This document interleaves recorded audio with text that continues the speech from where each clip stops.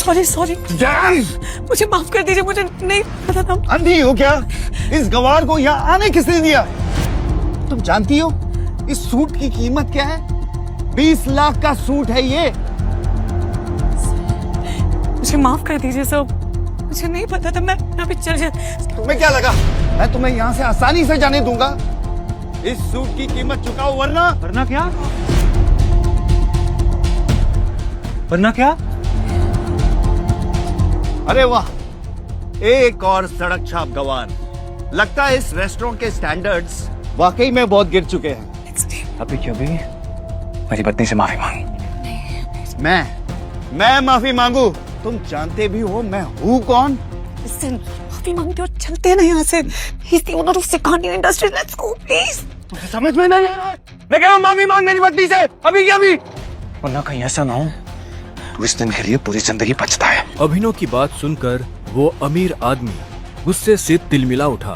पूरा रेस्टोरेंट उसे देख रहा था। मैं इस शहर का सबसे बड़ा हीरा व्यापारी हूँ। अमीर से अमीर लोग, मंत्री, संतरी सब मेरे पॉकेट में रहते हैं। मैं चाहूँ ना चुटकी में तुम्हारा नामो निशान मिटा सकता हूँ। पर अगर मैंने चुटकी बजाते ही तेरे पूरे बिजनेस का नामो निशान गायब कर दिया तो? जब तक वो आदमी अभिनव की बात समझ पाता, अभिनव ने अपना फोन निकाला और किसी को एक मैसेज भेजा। अगले ही पल उस अमीर आदमी को एक कॉल आया और उसके पैरों तले जमीन खिसक गई। What? ये सब कैसे हो सकता है पापा? कोई हमें बर्बाद करने का कोशिश कर रहा है। क्या तुमने कोई बड़े आदमी को नाराज किया है? अगर किया है तो तुम अभी उससे माफी मांगो, वरना कल तक हम सड़क पर आ जाएंगे।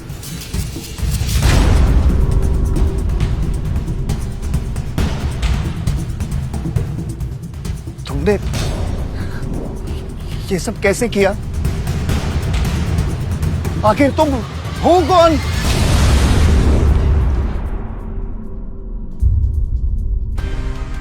अभिनव एक घर जमाई था और अपने ससुराल के सभी छोटे बड़े काम किसी नौकर की तरह करता था। लेकिन आज उसे किसी से मिलने जाना था और उसकी सास शर्मिला को ये मंजूर नहीं था। अरे ओ निठल्ले जमाई, यहाँ पैर दबा, बहुत दर्द हो रहा है। सासू माँ मुझे कहीं जल्दी पहुँचना है, मैं आके आपके पैर दबा दूंगा। अरे ओ निठल्ले, आज तक चवन्नी तो कमाई नहीं तूने। मेरे बेटी के फेंके हुए टुकड़ों पे पल रहा है तू, और तुझे किसी को मिलने जाना है। तभी अभिनव की पत्नी अनन्या वहाँ आती है। क्या हो रहा है ये सब? हाँ, ये शोर शराबा क्या हो गया सवेरे सवेरे? शोर मैंने नहीं, तेरे निखट्टू पति ने मचाया हुआ है, जिसे तेरे सठिया हुआ दादा ने जबरदस्ती तेरे पल्लू में बांध के रखा हुआ है। मेरा बस चले ना तो अभी के अभी इसे लात मार के घर से बाहर निकाल दूं। अभिनव, तुम्हें जहाँ जाना है चले जाना, प्लीज पहले मम्मी का काम करके जाओ। नहीं अनन्या, मैं अभी नहीं रुक सकता हूँ, मुझे अभी जाना होगा। I'm sorry। इतना कहकर अभिनव वहाँ से निकल जाता है और ये देखकर शर्मिला का गुस्सा 7वें आसमान को छू जाता है। आने दो इस हरामखोर को वापस। इसे आज जंगली कुत्तों के पिंजरे में नहीं छोड़ दिया ना तो मेरा नाम भी शर्मिला नहीं। अब कैसे बचेगा अभिनव अपनी सास के गुस्से से? क्या अभिनव की आज शामत आने वाली है? क्या होगा आगे? थोड़ी देर बाद अभिनव मुंबई शहर की सबसे बड़ी 5 स्टार होटल सैफायर पर पहुंच गया था, लेकिन वहां भी उसका स्वागत कुछ ठीक नहीं होता।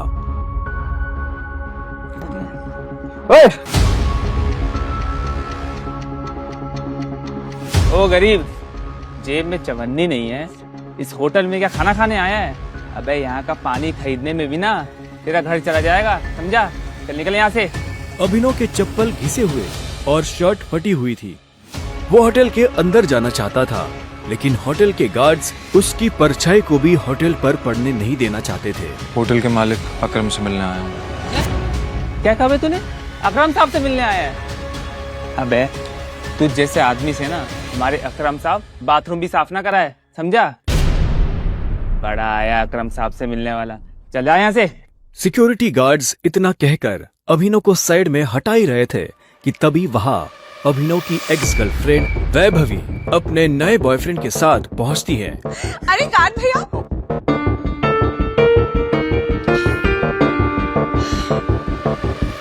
इन गरीबों को ऐसे नहीं भगाते भैया।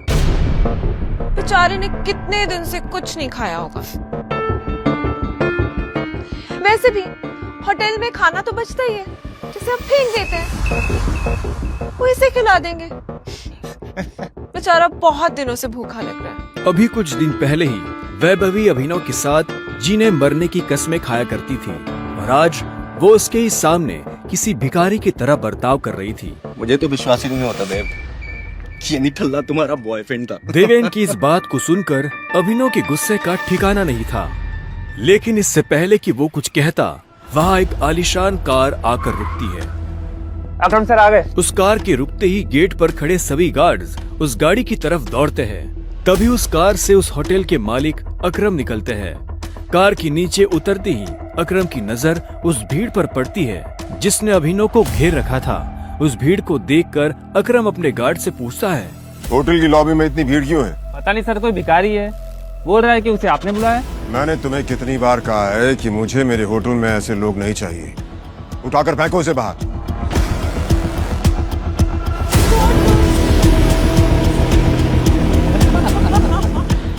अकरम की बात सुनते ही तुरंत 4 गार्ड्स अभिनव की तरफ बढ़ते हैं और उसे वहां से उठाकर बाहर ले जाने लगते हैं। गार्ड्स अभिनव को अकरम के सामने से ही उठाकर ले जा रहे होते हैं कि तभी अकरम की नजर अभिनव के हाथ में पहनी अंगूठी पर जाती है और उसके बाद जो होता है उसे देख वहां खड़े सभी लोगों की दुनिया हिल जाती है। छोड़ो इसे। सर, अभिनव के हाथ में उस अंगूठी को देखते ही अकरम उन गार्ड्स को रोकता है।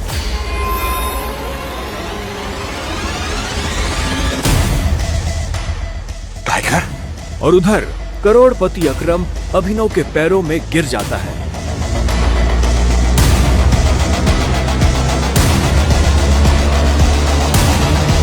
मैंने तुम्हें पहचाना नहीं, मुझे माफ कर दो टाइगर। आखिर क्यों शहर का सबसे बड़ा बिजनेसमैन गिर गया अभिनव के पैरों में? आखिर उस अंगूठी का क्या राज था? क्या वो राज सबके सामने आ पाएगा?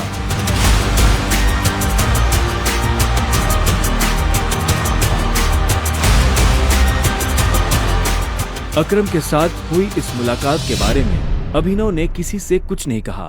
अगली सुबह जब अभिनव अनन्या को टिफिन देने उसके ऑफिस पहुंचा तो उसने देखा कि ऑफिस में भगदड़ मची हुई है। फिर भी वो कानों में हेडफोन्स लगाकर अपनी धुन में मस्त था। भगदौड़ की वजह हाल ही में ब्रेक हुई न्यूज थी। ब्रेकिंग न्यूज, सिंह इंडस्ट्रीज की दिशा बदलने के लिए ये टेंडर आखिरी उम्मीद। मार्केट में इस खबर से सिंह इंडस्ट्रीज के शेयर में आ रही है भारी गिरावट। अनन्या सिंह अपनी कंपनी की डूबती नाव को कैसे संभालेंगी?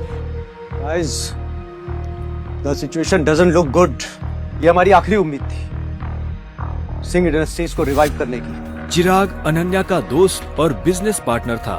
दादाजी के गुजरने के बाद बिजनेस को संभालने के लिए अनन्या ने चिराग को अपना पार्टनर बनाया था। वैसे तो उसे अनन्या का लाइफ पार्टनर बनना था, लेकिन अनन्या के दादाजी ने मरने से पहले जबरदस्ती अनन्या की शादी एक गरीब डिलीवरी बॉय अभिनव से करा दी थी। अनन्या बिल्कुल खामोश अपनी कुर्सी पर बैठी थी। तभी उसके बगल में बैठे कंपनी के चीफ फाइनेंशियल ऑफिसर मौतिक ने कहा, अनन्या, टेंडर ना मिलने की वजह से हमारे सारे के सारे इन्वेस्टर्स ने अपना हाथ खींच लिया है and the balance sheet also doesn't look good. अगर इस तरह से ही चलता रहा तो फिर हमारा दिवाला निकल जाएगा। मोतिक, यू नो वेरी वेल, इस कंपनी को बनाने में दादाजी ने अपना पूरा खून पसीना लगाया। सालों की मेहनत से सिर्फ हमारे देश में ही नहीं बल्कि विदेश में भी सिंह इंडस्ट्रीज का परचम लहराया। एक झटके में कैसे सब खत्म हो सकता है? ऐसा नहीं हो सकता। कुछ तो तरीका होगा यार।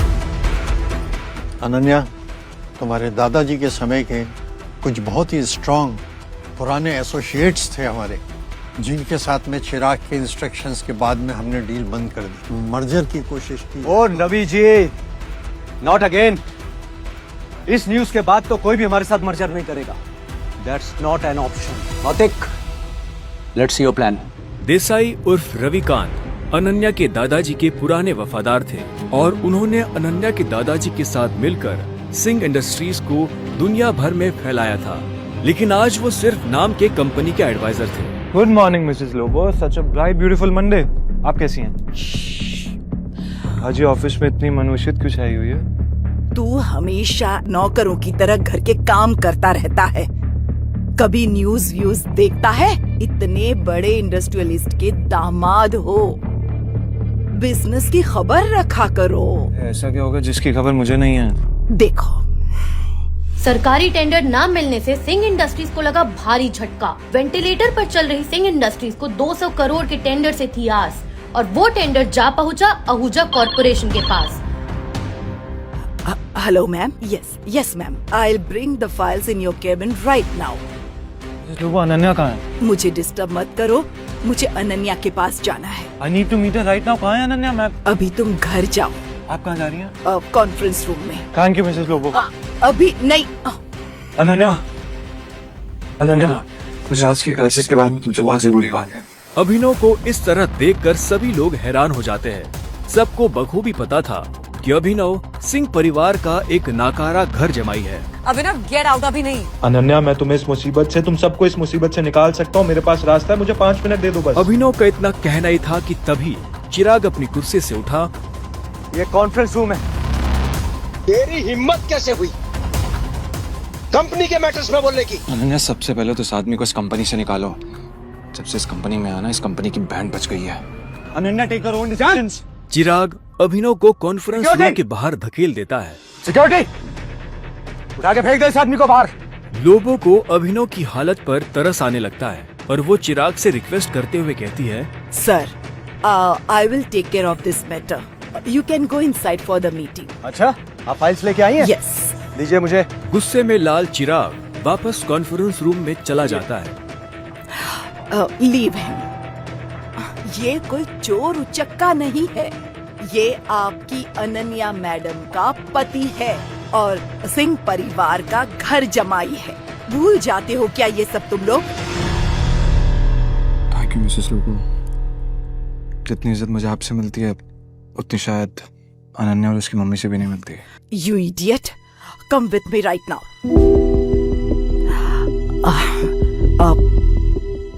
तुम नीचे बड़बड़ा रहे थे कि तुम कंपनी को क्राइसिस से बाहर निकाल सकते हो। कैसे तो अभी मुझे नहीं पता मिसेस लोबो, लेकिन मुझे कुछ भी मदद करने के लिए पहले कुछ इन्फॉर्मेशन चाहिए होगी, उसके बिना हम हेल्पलेस। कैसी इन्फॉर्मेशन? मुझे इस कंपनी के इन्वेस्टर्स की डिटेल्स चाहिए, शेयर होल्डर्स की लिस्ट चाहिए और बैलेंस शीट देखनी है। उसके बिना मैं कुछ भी नहीं कर पाऊंगा। अभी तुमने देखा ना क्या हुआ, और इतना सब होने के बाद कंपनी का कोई भी एम्प्लॉय तेरी मदद नहीं करेगा तो कैसे होगा? एक आदमी है जो तुम्हारी मदद कर सकता है। कौन? रविकांत देसाई सर। वो अनन्या के ग्रैंडफादर के बहुत क्लोज थे। वो तो ठीक है, लेकिन आजकल चिराग ने सबको साइड वेस्ट कर दिया है ना। लेकिन एक बात बताती हूँ, Ravikant Desai is a chain smoker. हर घंटे आएंगे सिगरेट पीने के लिए। तुम यहाँ उसका वेट करना, उसके साथ कोशिश करना बात करने की, उसको कन्विंस करने की पूरी कोशिश करना। I am sure you can do it. Okay, अब मुझे जाना होगा। All the best.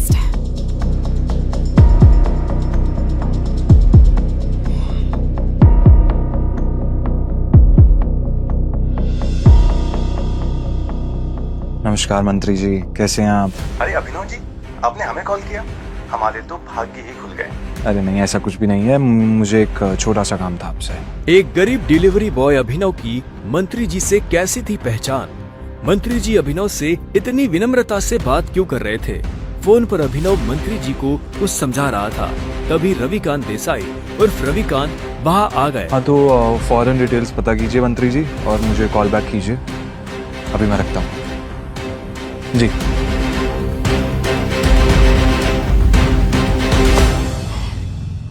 Ravikant ji, Singh industries का मर्जर एके प्राइवेट लिमिटेड के साथ कैसा रहेगा? एके प्राइवेट लिमिटेड, वो तो हमारे बहुत ही पुराने एसोसिएट्स थे। लेकिन अभिनव, तुम उनके बारे में कैसे जानते हो? इसके बाद अभिनव ने रविकांत को कुछ ऐसा बताया कि उसे सुनने के बाद उसके होश उड़ गए। उन्होंने अपनी सिगरेट वापस रखी और अभिनव को अपने साथ कॉन्फ्रेंस रूम में ले गए। अबे ओ गरीब, तू गया नहीं अभी यहाँ से? Behave yourself. अनन्या, हमें अभिनव को एक मौका देना चाहिए। He has an excellent plan. वो भी सड़क छाप के पास। और खुरदार, जितनी तुम्हारी उम्र नहीं है उससे ज्यादा मुझे इस कंपनी को चलाने का एक्सपीरियंस है। हमें अभिनव को सुनना चाहिए। He has a point. ऐसे कैसे बोल सकते हैं आप? कहना क्या चाह रहे हैं आप? इन सब नोक-झोंक के बीच अनन्या एक गहरी सोच में थी। उसे अपने दादाजी की कही एक बात याद आ रही थी। अनन्या बेटे, अभिनव तुम्हारे लिए एक बहुत ही अच्छा जीवन साथी है। और हमेशा याद रखना, जब भी तुम पर या सिंह इंडस्ट्री पर कोई भी मुसीबत आएगी ना, तो अभिनव ही तुम्हें उससे बाहर निकालेगी। सामने चल रही बहस को देख अनन्या जोर से चिल्लाती है। चिराग, ये मत भूलो ये कंपनी मेरी है और हर डिसीजन का वीटो पावर मेरे पास है। Sit down.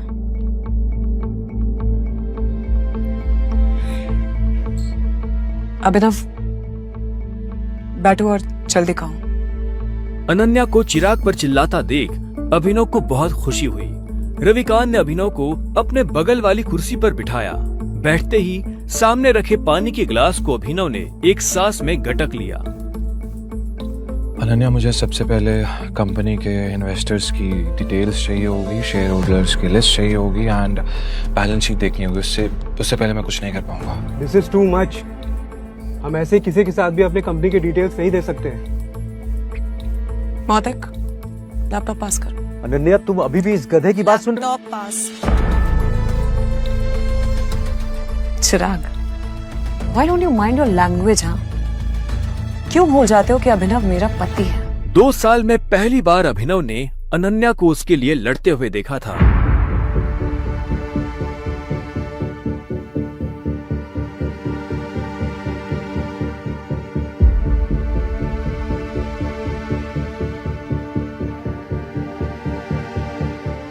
अनन्या, मुझे स्टेटमेंट्स में बहुत सी इरेगुलरिटीज दिख रही हैं। हमारे इन्वेस्टर्स के छोड़ जाने का एक पैटर्न भी दिखाई दे रहा है। बैलेंस शीट की काफी ऐसी ट्रांजैक्शन है जिसमें मुझे डाउट है। ये क्या बकवास कर रहे हो? ये सब तो हवाई बातें हैं। ये बताओ कि कंपनी को दिवालिया होने से कैसे बचाओगे तुम? गिरते हुए शेयर्स को कैसे कंट्रोल करोगे तुम?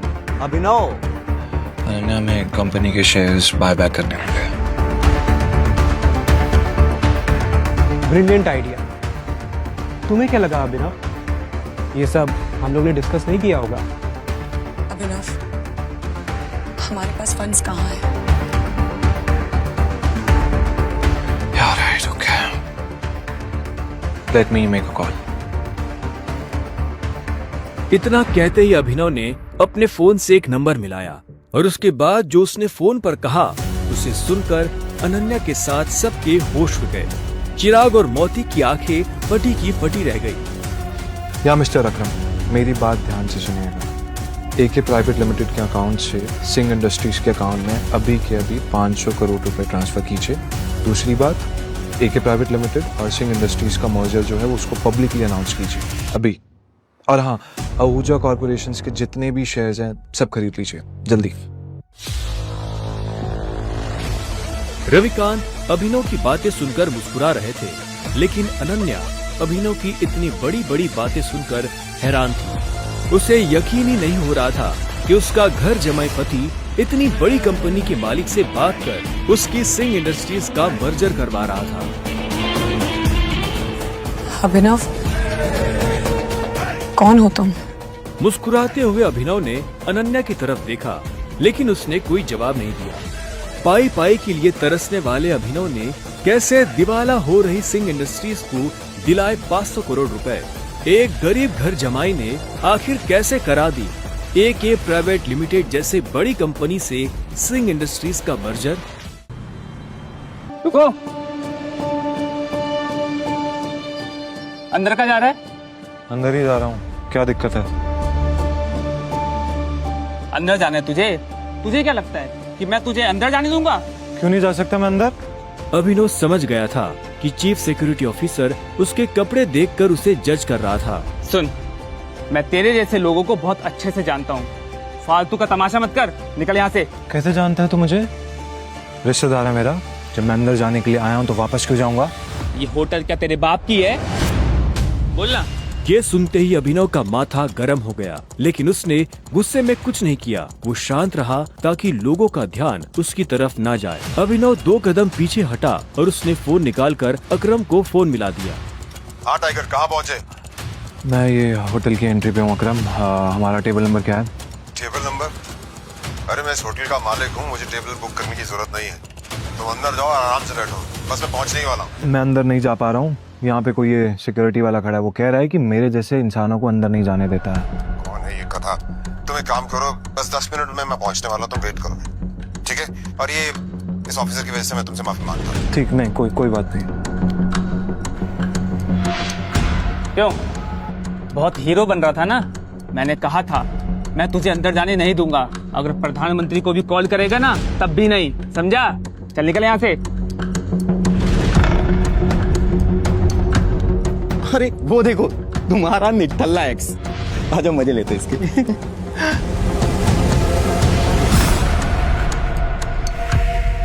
इससे मैंने अपना बॉयफ्रेंड कभी माना ही नहीं। वैसे भी मैं अपनी से छोटे लोगों से बात नहीं करती, मुंह नहीं लगती उन्हें बॉयफ्रेंड क्या बनाऊं।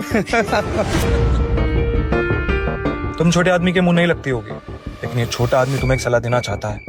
इंसान की पहचान उसकी जुबान से होती है। जुबान संभाल के बात करो, वरना किसी दिन यही जुबान तुम्हारी जान ले लेगी। वाह, क्या बात कही है। ताली बजा। Very nice. तो फिर तुमसे तुम्हारे पैर क्यों नहीं संभाले गए? यहाँ कैसे चले आए? पिए हुए हो क्या?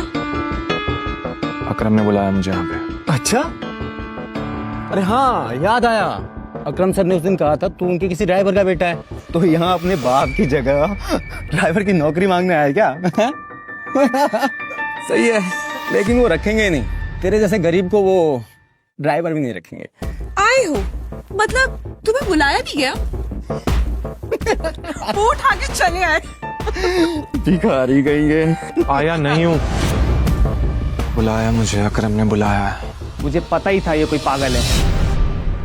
तभी वहाँ एक काले रंग की चमचमाती हुई महंगी सी गाड़ी आकर खड़ी हो गई। सभी पलटकर गाड़ी को देख रहे थे। अकरम गाड़ी से बाहर निकला और उसके साथ एक और आदमी था। वो देखने में लंबा चौड़ा और मजबूत था। वो और कोई नहीं बल्कि बलराज था। वो एक बहुत ही फेमस कपड़ों की कंपनी का मालिक था और साथ ही द माफिया किंग का एक मजबूत पिलर। उसे देख अभिनव की आंखें खुली की खुली रह गई। उसने बलराज के बारे में सुना था। क्या आपको सच में लगता है मुझे बलराज जी से मिलना चाहिए? उसे तस्वीरों में देखा था, लेकिन तस्वीरों में देखने और सामने से देखने में जमीन आसमान का अंतर नजर आ रहा था। उसके मन में ये सवाल उठ रहा था कि आखिर बलराज उससे क्यों मिलना चाहता था। क्या चल रहा है यहाँ? सॉरी सर, लेकिन इस आदमी ने मुझे और कस्टमरों को काफी परेशान किया हुआ है। मैं इस चोर को अंदर जाने से रोक रहा हूँ तो ये यहाँ पे तमाशा कर रहा है। क्या तुम्हारी हिम्मत कैसे हुई इसे चोर कहने की? तुम होते कौन हो इसे अंदर जाने से रोकने वाले? ये होटल तुम्हारे बाप ने खोल रखा है क्या? ये मेरा मेहमान है और तू आज के बाद इस होटल के आसपास भी दिखाई दिया ना तो तेरी टांगे तोड़वा दूंगा। Get lost. Sorry sir.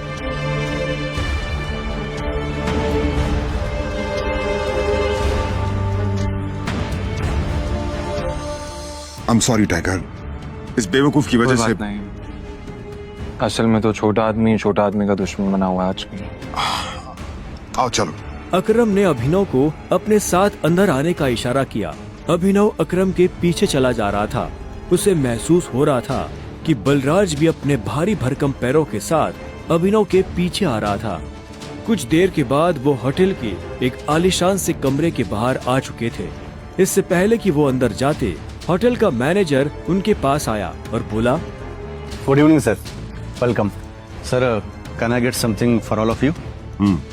एक काम करो, जो भी लीकर अवेलेबल है उसकी लिस्ट भिजवा दो। Sure sir, but sir if you don't mind, अपने होटल में जितनी भी लिकर्स अवेलेबल हैं मुझे सबके नाम याद है। We have tequila which is of 5 lakh rupees, vodka 8 lakh rupees, biscuit 10 lakh rupees and we have gin जो कि 12 लाख रुपए की है। Sir, what would you like to have? Great. क्या है कि आज मेरे यहाँ बहुत खास मेहमान आए हैं, तो इसलिए जो सबसे महंगी है वो भिजवा दो और बाकी सब चीजें भी। Sure sir, I will get the best liquor for all of you. Good evening sir. Good evening sir. Akram, hotel तेरा, शराब तेरी, फिर भी तुम्हारा ये मैनेजर तुझे तेरी शराब की रेट क्यों बता रहा था, जबकि तू कोई भी चूज कर सकता है? वो इसलिए मेरे दोस्त, क्योंकि मैं दिन देखकर शराब मंगवाता हूं, और आज का दिन मेरे लिए, इनफैक्ट हम सबकी जिंदगी के लिए बहुत इंपॉर्टेंट दिन है, इसलिए मैंने हम तीनों के लिए महंगी शराब मंगवाई। So let's enjoy. अच्छा। आओ। Okay, let's enjoy. अब तुम्हें यहाँ अपनी पहचान छुपाने की जरूरत नहीं है। ये रूम प्राइवेट भी है और सबसे सेफ भी। बैठो। वो एक आलीशान कमरा था। वो तीनों बैठ गए। तब अभिनव बलराज को बहुत ध्यान से देख रहा था। बलराज, आज मैंने तुम्हें यहाँ एक बहुत इंपॉर्टेंट इन्फॉर्मेशन देने के लिए बुलाया है।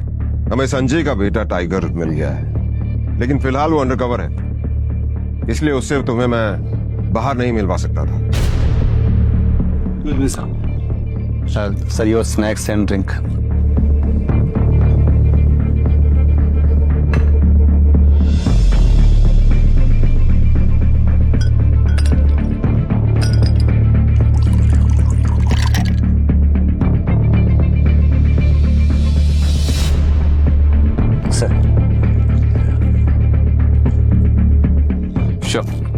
Cheers. Cheers.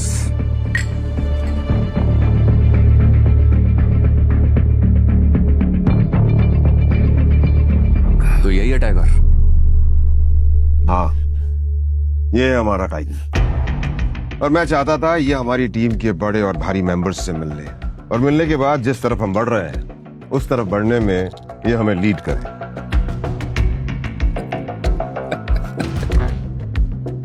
माफ करना दोस्त, पर मुझे थोड़ी हंसी आ रही। वो क्या है ना, सब कुछ तो तू ही बोल रहा है। हमारा ये टाइगर गूंगा है क्या? हाँ बलराज, तुम्हें टाइगर के बारे में इस तरह से बात नहीं करनी चाहिए। माफ करना दोस्त, माफ करना। बोल्डनेस अच्छी लगी मुझे तुम्हारी। अच्छा,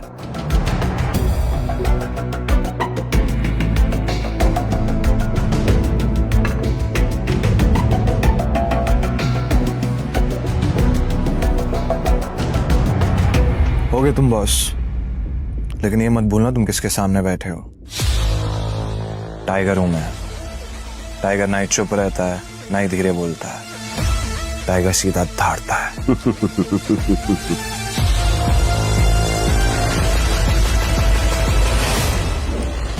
तो तुम टाइगर हो, ठीक है? तो टाइगर ये बताओ, इतने सालों से कहां थे तुम?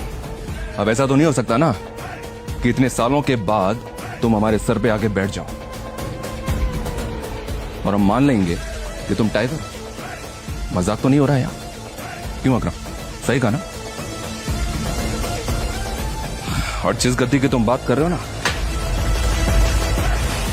उसको लिया नहीं जाता, कमाया जाता है। आई बात समझ में? अच्छे से जानता हूं, छीनना मेरे खून में भी नहीं है। मैं इतने सालों से कहाँ गायब था, क्या कर रहा था, ये सब समझाने का तो हमारे पास टाइम नहीं है शायद। और रही बात कि मैं टाइगर हूं या नहीं हूं, ठीक है, तुम तरीका बताओ, साबित कर दूंगा। शाबाश, ये हुई ना बात। अकरम ने मुस्कुराते हुए अभिनव को देखा। उसकी आंखों में अभिनव के लिए गर्व की भावना झलक रही थी। उसने जितना सोचा था, अभिनव उससे भी खूंखार था, लेकिन बलराज के माथे पर शिकन बरकरार थी। उसकी आंखों से पता चल रहा था कि वो इतनी जल्दी अभिनव को टाइगर नहीं मानने वाला था। वैसे भी पूरे ग्रुप में अगर बलराज किसी चीज के लिए जाना जाता था तो वो थी उसकी जिद। वो इस बात को नहीं पचा सकता था कि कल को एक बच्चा उसके सर पर बैठकर राज करे। और क्या उसे इस घर में कभी इज्जत मिल पाएगी? पॉकेट FM ऐप इंस्टॉल करें और फिर अपने मोबाइल नंबर से रजिस्टर करें। अब आप पॉकेट FM की ढेरों मजेदार कहानियाँ सुन सकते हो। सुनने के लिए तुरंत डाउनलोड करें पॉकेट FM और सुने ये दिलचस्प कहानी द रिटर्न ऑफ टाइगर, बिल्कुल मुफ्त।